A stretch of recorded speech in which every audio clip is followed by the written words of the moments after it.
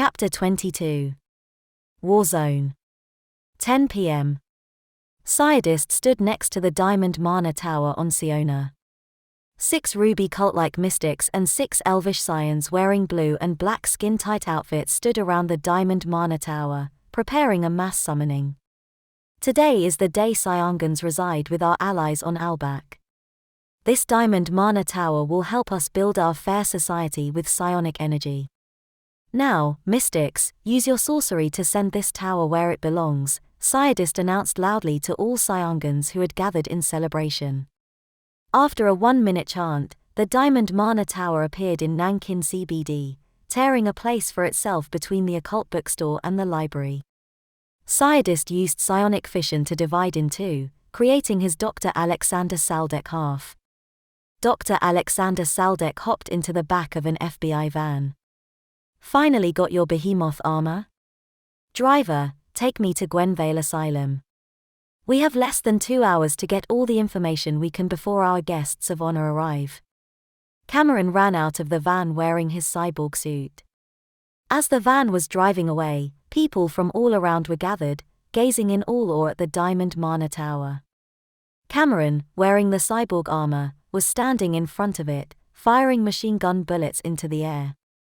Anyone who wants to live to see tomorrow, leave by the Tyson River bridges now, Cameron demanded in distorted vocals.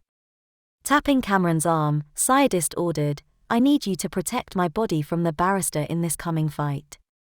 Stepping out of the Selim Hotel were Mayor Jefferson, Major Brett Thorne, and 6 recently recruited police officers. Major Thorne ordered, Mr. Mayor, call for backup. I will take out the enemy commando style. More people gathered around, taking photos with their smartphones.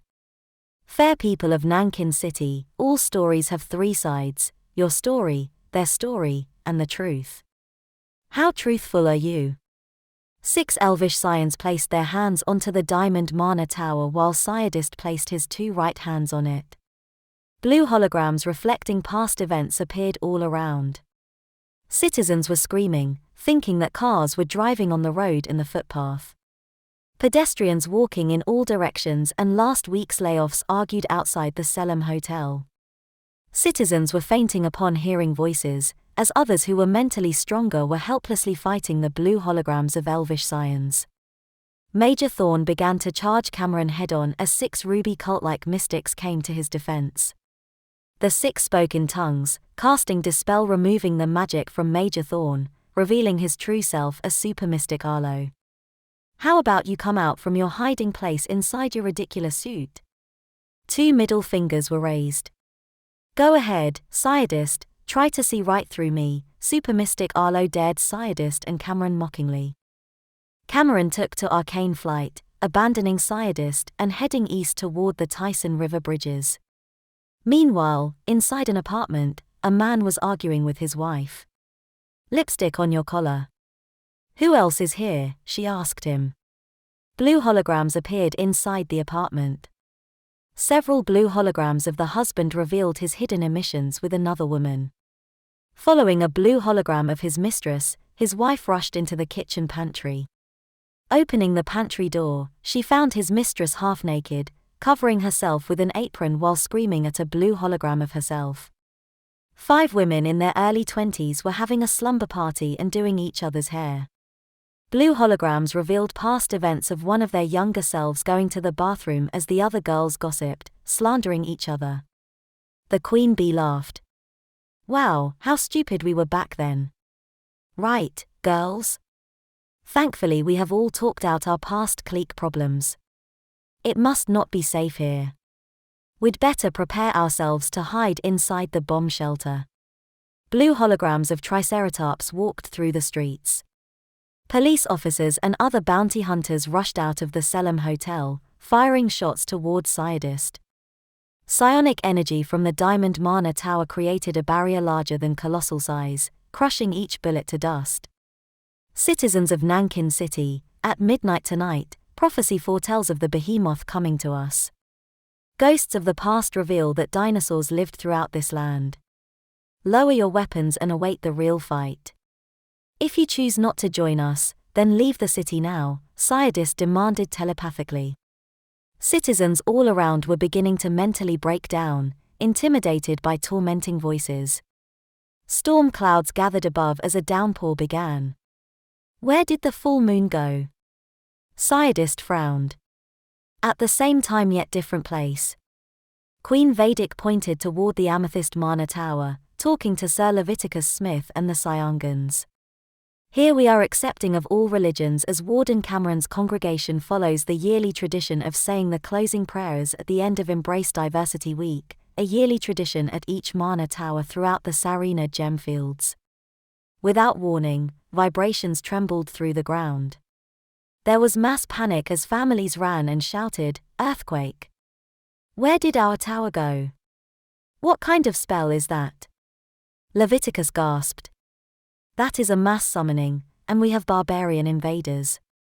12 huge purple portals opened, gyrating counterclockwise, as 12 huge horned monsters from planet Siona stepped through the place that the Amethyst Mana Tower had previously occupied. Sir Leviticus, assemble all cleric knights to remove all visitors from the war zone. And all metallic amethyst elites are to assemble for war. Sir Leviticus ordered families to the underground bunkers. Medium and large Cyangans took flight, firing psionic energy spheres at the huge horned monsters. Queen Vedic Jones shouted, "If we knock out the summoners, we will have a much better chance of victory. Beat the summoner, and the monsters get sent back to their natural plane of origin." Nigel Giovanni approached, firing magnum rounds. Queen Vedic spoke in tongues, conjuring her quarterstaff. Using a twirling method called skip catch, she deflected all incoming bullets. Activating 2 bloodstones, she imbued them into her divine quarterstaff, summoning Hoarfrost, a skinny ice woman with very long white hair. Flying behind Nigel, Hoarfrost quickly cast a gigantean ice wall as she flew towards the sky. "Take out the gunslinger, Hoarfrost." Hoarfrost threw spears of ice at Nigel. He deflected one of the spears with his magnum. Then extended his arm, firing a shot straight into Hoarfrost's left eye. Hoarfrost dropped from 100 feet in the air and shattered into dust. Standing behind Queen Vedic was a gigantean amethyst dragon. "Get as many monsters as you can to follow you east of here," Queen Vedic ordered her dragon. "All right, my queen." Queen Vedic's gigantean amethyst dragon joined the large Cyangans, taking her fight to the air. Nigel reloaded his magnum, firing 6 consecutive shots at the dragon, only to realize his weapon dealt no damage to her thick hide. Queen Vedic said, "Shame on me. You fooled me 3 times into thinking prison was appropriate for you. I should have given you the death penalty outside of court long ago. Who taught you sorcery?" Cameron thinks all who are loyal to him are eligible to become a sorcerer and a summoner. Right now, the Sarina gemfields and Nankin City will be literally wiped off the map, Nigel announced animatedly. Meanwhile, at 9 Mile Sapphire Beach, Julie dispatched teams either to defend the castle and beach or to defend other allies. "I need squad leaders who have the talents of a dragon rider, druid, and knight to lead each group to defend our neighboring allies.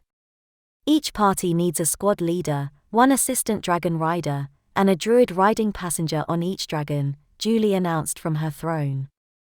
Julie's squad and 3 other squads went to investigate Rubervale Prison, while 6 additional squads went to the other 4 factions.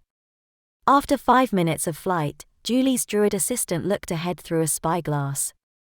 2 watchmen turned the winch, lowering a steel drawbridge. They waved to welcome the dragon riders. 8 sapphire dragons landed before the drawbridge. "Wait by your sapphire dragon. I will be back soon." A man interrupted, saying, "We have a saying in my country about standing together." "I am sure you do. Albatians have a saying as well, when you're told to wait by your sapphire dragon, you wait by your sapphire dragon."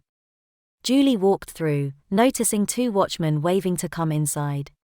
Walking over the moat and entering Rubervale Prison, she stood inside the widespread foyer, noticing that all the prison cells were empty. "Where is everyone and the Ruby Mana Tower? All these prison cells look empty, and I see scorch marks everywhere." She heard the familiar sound of trotting as something approached. "Is that you, MC?" MC trotted toward Julie. His eyes were filled with tears. Soon the two watchmen approached. "Your religion is a sham. If only we'd listened to Dark Sparrow when she strangled the warden Cameron Banks. If only she'd killed him," MC cried. Julie shook her head. "What do you mean, listened?" Blubbering with tears and struggling to talk, MC managed to say, "All prisoners who did not join Cameron's assault on Earth were torched by Ruby. My psionic powers are weak, so I cannot show you what happened here. If I could show you, I think I would die from a broken heart." MC cried helplessly. "War truly sucks." Julie approached with her arms wide open. "It is all right to cry, my centaur friend. It is all right." Outside NEV HQ, the Amethyst Mana Tower broke through the center of the communications tower and the power plant. 12 ruby cult-like mystics died by electrocution and severed limbs. Red, white and blue slime, residing in a pool at the tower's base, slowly began seeping into the underground electrical network. Inside NEV HQ, backup generators provided electricity to the building as a police sergeant made an announcement to everyone. "Communication to Gwenvale and the outside has been lost. Has anyone got an idea what we need to do next?" A female rookie police officer raised her hand. "I have seen all of Dr. Axel Chase's videos. I even helped him to film his latest. I propose that we use the vacuum heat pipe on NEV Marine to drain the tower's heat, seeing as it has a 50-foot reach. It may not work, but we need to try something." The sergeant called her onto the platform. "Share your plan with everyone, rookie. The first order of business is to set up refuge here for any citizens still out there. The second order of business is to send out patrol groups to help anyone still out there, especially since South Nankin is now an unexpected crater.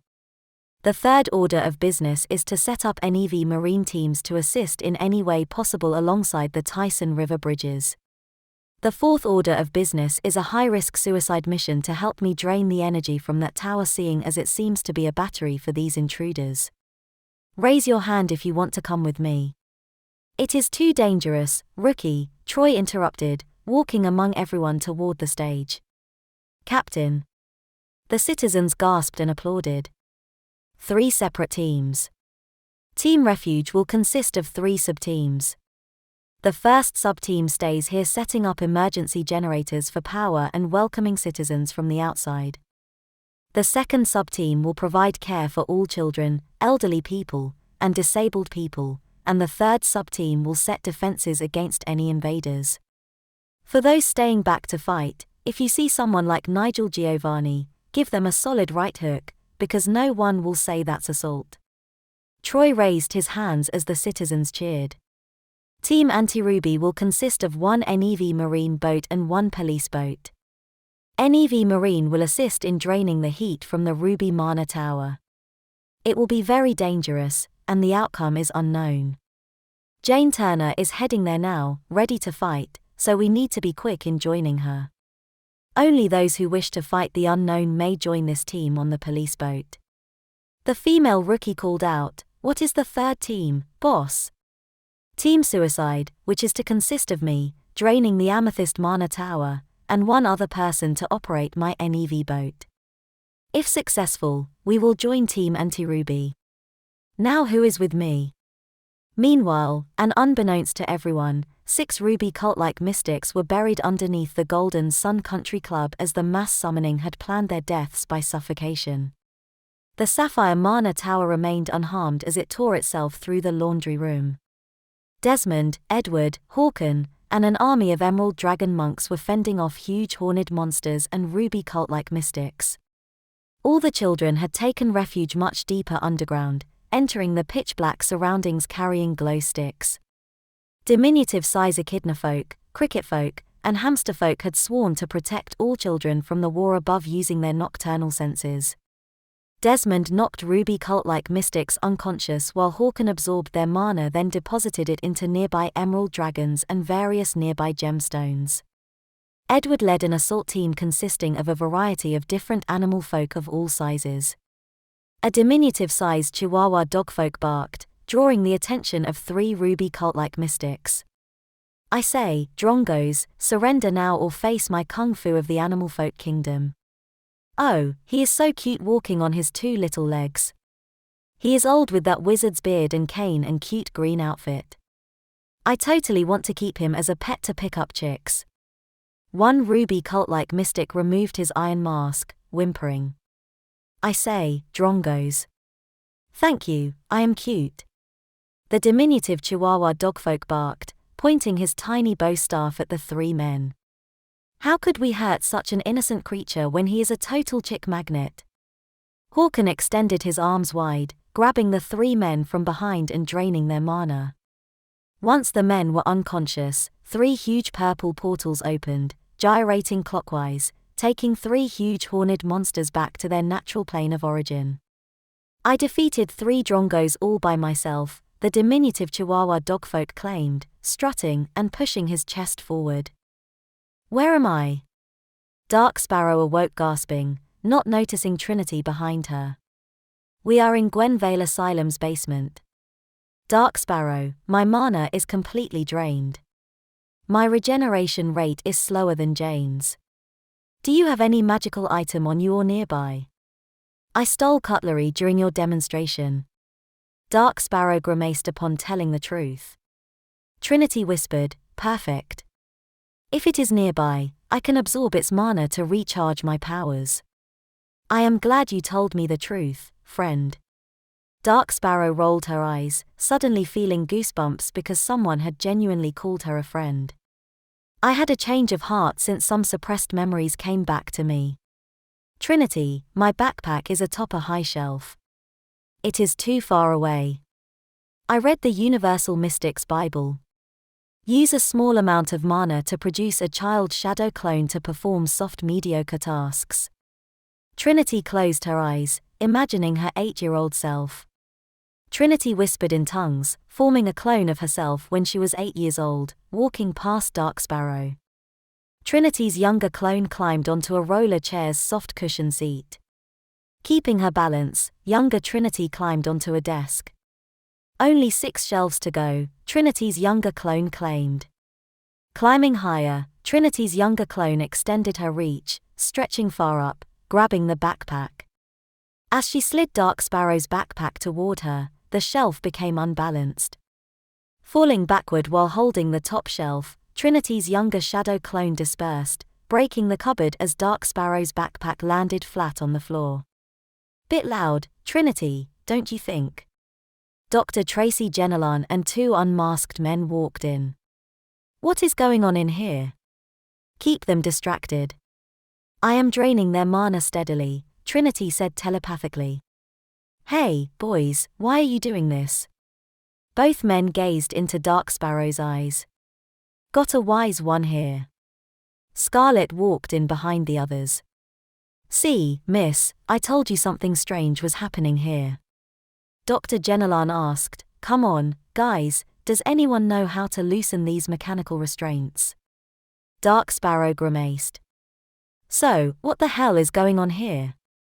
Scarlet explained, I bring my sister here for checkups. That's why my school attendance is low. These 2 men have confessed to Dr. Tracy Genelan that an evil plot is taking place around Nankin City. The 2 men kneeled. One of them began pleading. Princess Trinity, we want no part of this war. Scientist ordered us to perform a mass summoning to bring the Topaz Mana Tower here. Then we followed orders to assassinate 4 of our inmates. Please send us back to Rubervale Prison, and remove Cameron from the position of warden there. We are willing to testify, and Dr. Tracy Genelan is paying to complete an fMRI. That means functional magnetic resonance imaging. Your mana is weak, princess. Please absorb ours, the man begged remorsefully. Dr. Genelan shut down the system, releasing Dark Sparrow and Trinity. Success. So, what is everyone's plan? I will take these 2 to see Barrister Arlo Sergio at the Selim Hotel. My sister is there all alone, so I desperately need to head back, Scarlett said. How about you two ladies come with me, and we get to the bottom of this? I have evidence to possibly unmask the man who attacked the country club. Dr. Jenolan claimed to have answers. It was Cameron Banks, he just used others to be a decoy. Dr. Alexander Saldek is the mastermind behind it all. That's why most of Cameron's men are dead. Oh, and Saldek is Scientist the alien, just to get everyone up to speed, one of the two men said, pleading their case. Dark Sparrow and Trinity agreed to follow Dr. Jenolan's lead. Obviously Scientist used Cameron's cult members as sacrificial pawns. Kind of smart to take advantage of religious nuts, but what is the real enemy or enemies? Give me one more minute to absorb the mana inside the cutlery, Trinity requested.